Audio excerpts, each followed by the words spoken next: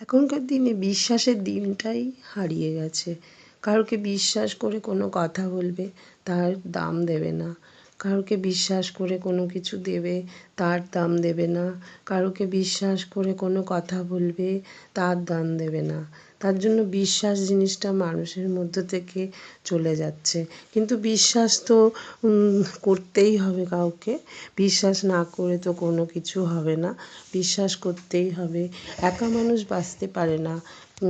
কারোকে বিশ্বাস করে ভরসা করে তারপরেই মানুষ বাঁচে। কেউ যদি বলে আমি একাই বাঁচবো, তা সেটা হয় না। মানুষকে বাঁচার জন্য কারোর ওপর বিশ্বাস করে ভরসা করেই বাঁচতে হয়। একা একা মানুষের জীবন কোনো দিনই চলে না। তাই যতই মানুষ অবিশ্বাস মানুষ বিশ্বাসের দাম না দিক বা বিশ্বাস করে কারো তাকে তার ক্ষতি করুক, কিন্তু মানুষকে তাও বিশ্বাস করতে হবে। বিশ্বাস না করলে মানুষ বাঁচতে পারবে না। তবে অনেক কথা অনেক গল্প হবে। তবে আমার পরিচয় দিই, আমি কাকলি। আমার চ্যানেল আকাশের নিচে। আজকে একটা নতুন ভিডিও তোমাদের কাছে নিয়ে এসেছি। এটা একটা ডেইলি রুটিনের থেকে একটু আলাদা ধরনের। এইসব কাজগুলো আমার করতে হয়, কিন্তু সেগুলোকে খুবই আমি ভিডিও ক্যামেরাবন্দি করি। এই কাজগুলো যেন আমার একটু বেলার দিকে করি বলে আমার ভিডিওটা করা হয় না, খুব কম করা হয়। এগুলো আমার নিচের ঘরের কাজ। এই কাজগুলো সেরে, রান্না সেরে, এই কাজগুলো সেরে তারপরে আমি ওপরে উঠি। ওপরে উঠে ওপরের ঘরে তখন ভিডিওটা করি। তখন না ইচ্ছে করে না, আসলে রান্নার পর এই কাজগুলো করি আর তখন ইচ্ছে করে না যে ক্যামেরাবন্দি করতে। সকালে এত তাড়াহুড়ো থাকে, এত দৌড়ঝাঁপ করে সকালে রান্নাবান্না করে তারপরে হাজব্যান্ড অফিসে চলে যায়, ছেলে স্কুলে চলে যায়। তখন তারপরে ইচ্ছে করে না যে এই কাজগুলো ভিডিও করি, কিন্তু এই কাজগুলো আমার করতে হয়। এই নিচের যে ফার্নিচারগুলো, এইগুলো আমি ভালো করে পরিষ্কার করে নিচ্ছি। আর একটা একটা করে আজকে পরিষ্কার করে নিচ্ছি।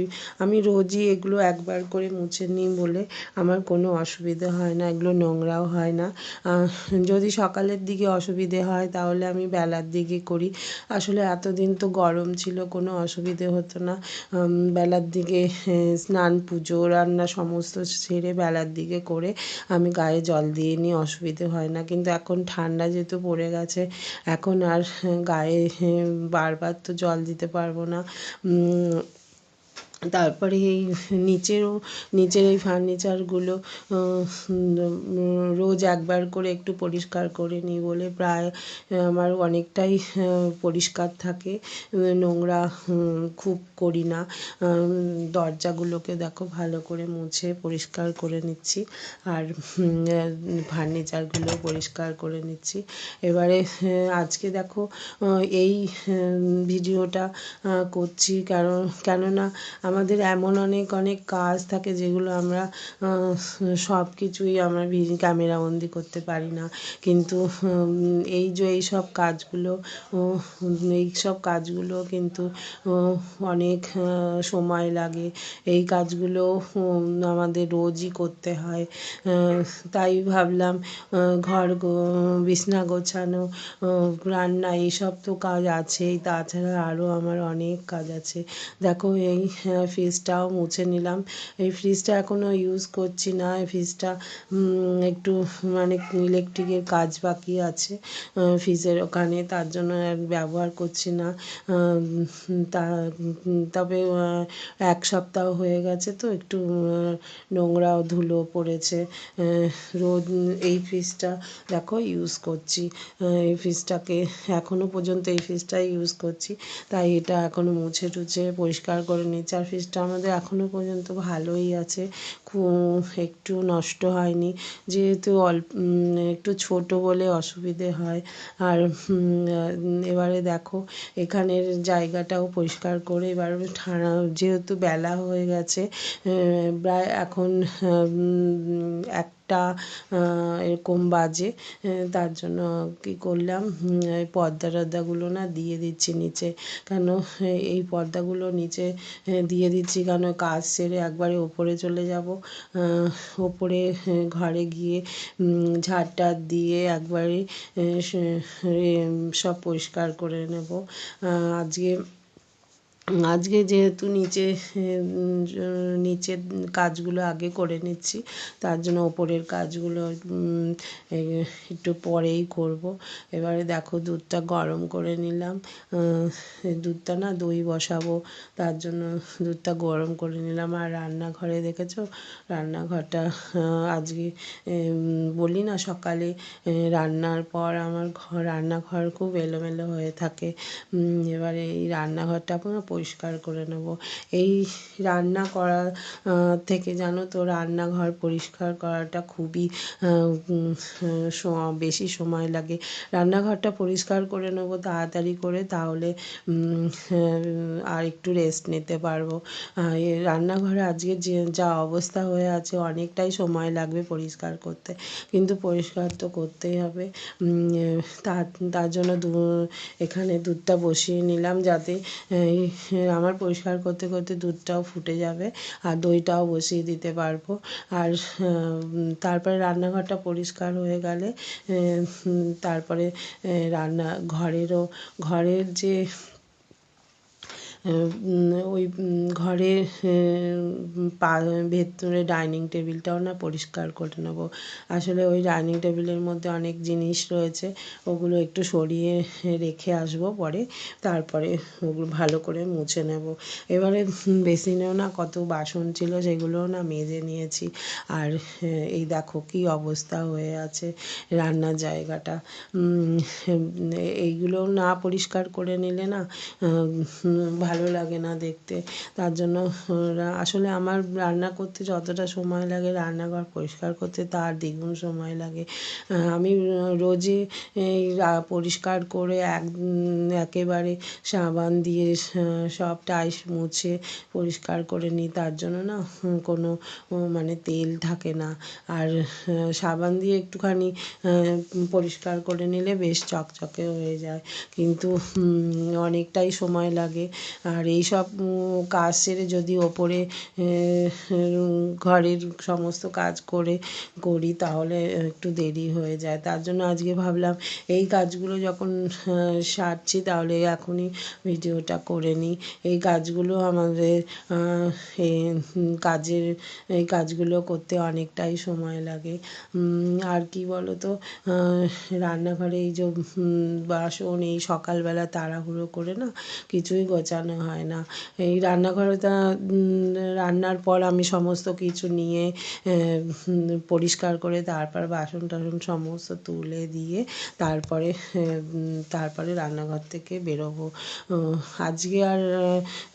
আজকে যেমন সকালে স্নান টান হয়ে গেছে, পুজো হয়ে গেছে, তাহলে সেই দিকে আর কোনো চিন্তা নেই। আর সকালে জানো তো এখন ঠান্ডা পড়েছে, এখন আমি সকালই না স্নানটা সেরে নেব। স্নানটা সেরে নিলে পুজোটাও হয়ে যাবে, আর তারপরে নিচে এসে নিচের কাজগুলো সেরে তারপরে ওপরে কাজগুলো করব। আসলে নিচের কাজগুলো না, নিচে খুব ঠান্ডা, রোদ্দুর থাকতে থাকতে যদি পরিষ্কার সমস্ত পরিষ্কার পরিচ্ছন্ন করা যায়, তাহলে না ভালো লাগে, বেশ জানলা দিয়ে ভালো রোদ আসে, ভালো লাগে। আর বেলা হয়ে গেলে, যে বিকেল হয়ে গেলে পরিষ্কার করলে না খুব ঠান্ডা।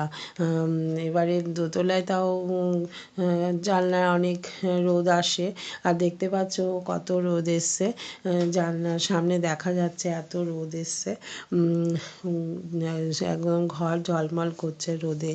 আর কিন্তু বেলা হয়ে গেলে একটুও রোদ থাকবে না। আমার দেখো এখানটা পরিষ্কার হয়ে গেল, আর পরিষ্কার হয়ে গেল, এদিকে আমার দুধটাও না ফুটে যাচ্ছে। দুধটা বসিয়ে দিয়েছিলাম, দই করব, দই পাতবো। দুধটা ভালো করে না ফুটলে দইটা ভালো হবে না। তার জন্য কাজ সারবো আর এদিকে দুধটাও বসিয়ে দিয়েছি। আর বিকেলে আবার ছেলে আসবে, ছেলের জন্য আবার কিছু খাবার করতে হবে। যেহেতু আজকে মাছ করেছি, সেই মাছ আবার ছেলে খাবে না, তাই ওর জন্য একটু ডিম ভাজা করে দেবো আর একটু কিছু করে দেবো, সেটাই খাবে। তারপর ডালটাও যেন বসিয়ে দিয়েছি। ডাল হলে একটা কিছু হলে আমার ছেলের খাওয়া হয়ে যায়, কিন্তু ডালটা আবার রাত্রিরেও লাগবে, তার জন্য একেবারে একদিকে ডাল একদিকে দুধটা বসিয়ে দিলাম। আর দুধটা অনেকক্ষণ ধরে ফুটবে, তার জন্য দুধটাকে আস্তে করে কমিয়ে দিয়েছি। বেশ আস্তে আস্তে ফুটলে না ভালো হবে। এবার ইন্ডাকশানটাও যেন ভালো করে মুছে নিয়েছি। আর এখানে দেখেছো মুছে পরিষ্কার করতে অনেকটাই সময় লাগছে। আর আমি বাসনগুলো জানো তো সব এখানে ওখানে সব চা খাওয়ার বাসন এই বাসন সমস্ত পড়েছিল, সেগুলো সব তুলে এনে এনে না সব মেজে মেজে তুলে দিচ্ছি। আর মেজে মেজে তুলে দিচ্ছি, পরিষ্কারও হয়ে যাচ্ছে। আর এখন অতটা ঠান্ডাও নেই, অত জল ঘাটতে অসুবিধাও হচ্ছে না। আসলে অনেক দিন ধরে ঠান্ডা খুব কষ্ট পেয়েছি, তার জন্য এখন না খুব জল ঘাটতে খুব মানে জল ঘাটবো চিন্তা হয়ে যায়। ঠান্ডা জল তো, ঠান্ডা জল ঘাটলে আবার কাশি শুরু হয়ে যাবে, ঠান্ডা লেগে যাবে, কিন্তু আমাদের তো আর ওইসব চিন্তা করলে হবে না, জল তো ঘাটতেই হবে। তাই না বেলার দিকে থেকে না সকাল সকালই জলটা করে জলের কাজটা করে নিলে তাহলে একটু রোদে গিয়ে বসা যায়। আসলে আমাদের ছাদে অনেকই মানে ছাদে এত সুন্দর রোদ আসে, তোমার বসে থাকতে ইচ্ছে করে, কিন্তু আমি তো অনেকক্ষণ বসতে পারি না, ওই একটু দাঁড়িয়ে থাকি, একটু একটু করে গিয়ে দাঁড়িয়ে থাকি রোদে। আর রোদটা এই কদিন ধরে এত মানে হালকা রোদ দিচ্ছে, এত ভালো লাগছে যে ছাদ থেকে আসতেই ইচ্ছে করছে না। আর শীতে যেমন কড়া রোদ্দুর থাকে, এখন এই 2-3 দিন ধরে কড়া রোদ নেই, বেশ হালকা হালকা রোদ আসছে। এই রোদে না দাঁড়াতে খুব ভালো, এই রোদে কোনো অসুবিধেও হয় না। আর যখন খুব কড়া রোদ ওঠে তখন না দাঁড়ানো যায় না। এখন মানে এই 2 দিন ধরে এত সুন্দর রোদ উঠছে, ছাদে দাঁড়িয়ে অনেকটা সময় থাকছি, যা চুলটাও শুকিয়ে যাচ্ছে। রোদে শীতকালে রোদটা না কড়া হলে মনে হয় বেশি ঠান্ডা পড়ে। আসলে কদিন ধরে 2-3 দিন ধরে যেহেতু রোদটা হালকা হচ্ছে, তার জন্য না ঠান্ডাটাও কম আছে। আর যখন খুব রোদ উঠবে, কড়া রোদ উঠবে, তখন দেখবে ঠান্ডা খুব পড়বে। আর এই দেখো আমার বাসনগুলো সব বেসিনের বাসনগুলো সব মাজা হয়ে গেল, আর মাজতে মাজতে না ওপরে তুলেও দিয়েছি। আর এই টেবিলটা দেখো এখানে নিয়ে চলে এসেছি রান্নাঘরে, এখানটা কিছু রাখার জন্য। টেবিলটা ইউজ তো করা হতো না, কিন্তু নতুন কিনেছিলাম, ইউজ করা হতো না বলে আমি এখানে ফাঁকা জায়গাটা আছে, এখানটায় এনে রেখে দিই, এখানটায় আনলে সুবিধা হয়, তার জন্য এখানটায় টেবিলটা রেখে দিয়েছি। কতদিন অন্য জায়গায় এখানে রেখেছিলাম, কিন্তু ওখান থেকে না জিনিস কিছু আনতে খুব অসুবিধে হয়, তার জন্য এখানেই এনে রেখে দিয়েছি। আর সমস্ত বাসন মাজা হয়ে গেল, মেজে না একটা একটা করে জল ঝরে গেছে, তুলেও দিয়েছি। আর টেবিলটাও দেখো ভালো করে মুছে নিয়েছি, ভালো করে মুছে তারপরে টেবিলে সমস্ত কাপ এগুলো সব না ভালো করে গুছিয়েও নিয়েছি। আর জলের বোতলগুলো এখানে রাখা যায়, তার জন্য না টেবিলটা এখানে নিয়ে চলে এসেছি। আর টেবিলটা যেহেতু নতুন কোনো খারাপ হয়নি, তার জন্য অসুবিধেও হয় না। এবার দেখো এই যে ঘরের ডাইনিং টেবিলটা না তখন আর মোছা হয়নি, তার জন্য ডাইনিং টেবিলটাও না মুছে নিচ্ছি। ঘরের ডাইনিং টেবিলটা তখন ভাবলাম মুছবো, তারপর মানে রান্নাঘরে চলে গেলাম, আর মোছা হয়নি, তার জন্য করে নিচ্ছি। আর আমার হাজব্যান্ড দেখো কাল রাত্রে ডিম এনে রেখেছিল, আমাকে বলেছিল ফ্রিজে রেখে দিতে, আমি আর রাখিনি, আমার তো সময় হয়নি, তার জন্য বিকেলবেলা ডিমের এটা খুলে ডিমগুলো রেখে দেবো। আর ডাইনিং টেবিলটা না সব রোজই না একবার করে মুছে নিই। আসলে কাঠ তো, কাঠে এবারে নোংরা তো হয়ে যায়, আর নোংরাগুলো না জমে থাকলে কেমন দাগ দাগ হয়ে যায়, তার জন্য কী করি, এই ডাইনিং টেবিলটাকে ভালো করে রোজ চেয়ারগুলোকে ভালো করে মুছে নিই। চেয়ারগুলো মুছে নিলে অত অসুবিধে হয় না। রোজেরটা রোজ দেখবে কাজ করে নিলে নিজেরও সুবিধে হয়, ঘরের জিনিসপত্র যেমন ভালো থাকে, নিজেরও সুবিধে হয়। আর আমাদের ঘরের কাজ আমাদেরই তো করতে হবে, তার জন্য সেটা বুঝে শুনে করতে হবে।